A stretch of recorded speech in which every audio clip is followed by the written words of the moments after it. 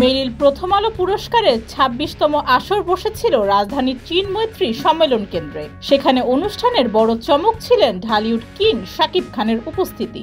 ঢালিউডে শাকিব খান ২৫ বছর ধরে চলচ্চিত্র শিল্পে অবদান রেখে চলেছেন। তার কাজের স্বীকৃতি স্বরূপ এক বর্ণাঢ্য কর্মজীবনের রজত জয়ন্তীর বিশেষ সম্মাননা স্মারক তুলে দেন স্কয়ার টয়লেট্রিজের ব্যবস্থাপনা পরিচালক অঞ্জন চৌধুরী ও নির্মাতা মতিন রহমান। আমি সবসময় ফিল করেছি যে এই অ্যাওয়ার্ড পুরস্কার পাওয়ায় সামাজিক যোগাযোগ মাধ্যমে শাকিব খানকে আবেগে আপ্লুত হয়ে শুভেচ্ছা জানাতে থাকেন তার ভক্তরা। পিছিয়ে ছিলেন না শাকিবের প্রাক্তন দুই স্ত্রীও। একটি স্ট্যাটাস দিয়ে নায়কের প্রশংসা করেছেন শবনম বুবলি। শবনম বুবলি তার স্ট্যাটাসে লিখেছেন, আমাদের চলচ্চিত্র জগতের সবচেয়ে শক্তিশালী megastar one and only Shakib Khan, Bangla চলচ্চিত্রে যিনি ২৫ বছর ধরে অবদান রেখে চলেছেন। মেরিল প্রথম আলো পুরস্কার থেকে বিশেষ সম্মাননা পাওয়ায় অনেক বেশি অভিনন্দন।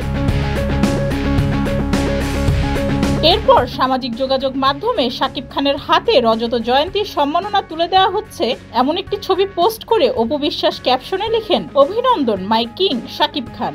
এরপরেই সামাজিক যোগাযোগ মাধ্যমে সমালোচনা শুরু হয় অপু বুবলিকে ঘিরে। সবাই বলতে থাকে শাকিব খানকে যেন ছাড়তেই চাইছেন না অপু ও বুবলি।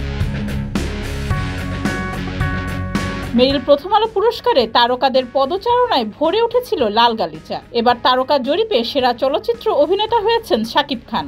রায়হান রাফি পরিচালিত তুফান চলচ্চিত্রে অভিনয়ের জন্য এ পুরস্কার পেয়েছেন তিনি। এদিকে কুরবানির ঈদে মুক্তি পাচ্ছে শাকিব খান অভিনীত সিনেমা তাণ্ডব। ইতোমধ্যেই প্রকাশ হয়েছে সিনেমাটির টিজার। এই সিনেমার টিজারে শাকিবের দলবদ্ধ তাণ্ডবে মুগ্ধ সিনেমা প্রেমীরা। আমার প্রত্যেকটা ক্লান্তি লগ্নে ডেস্ক রিপোর্ট, যুগের চিন্তা।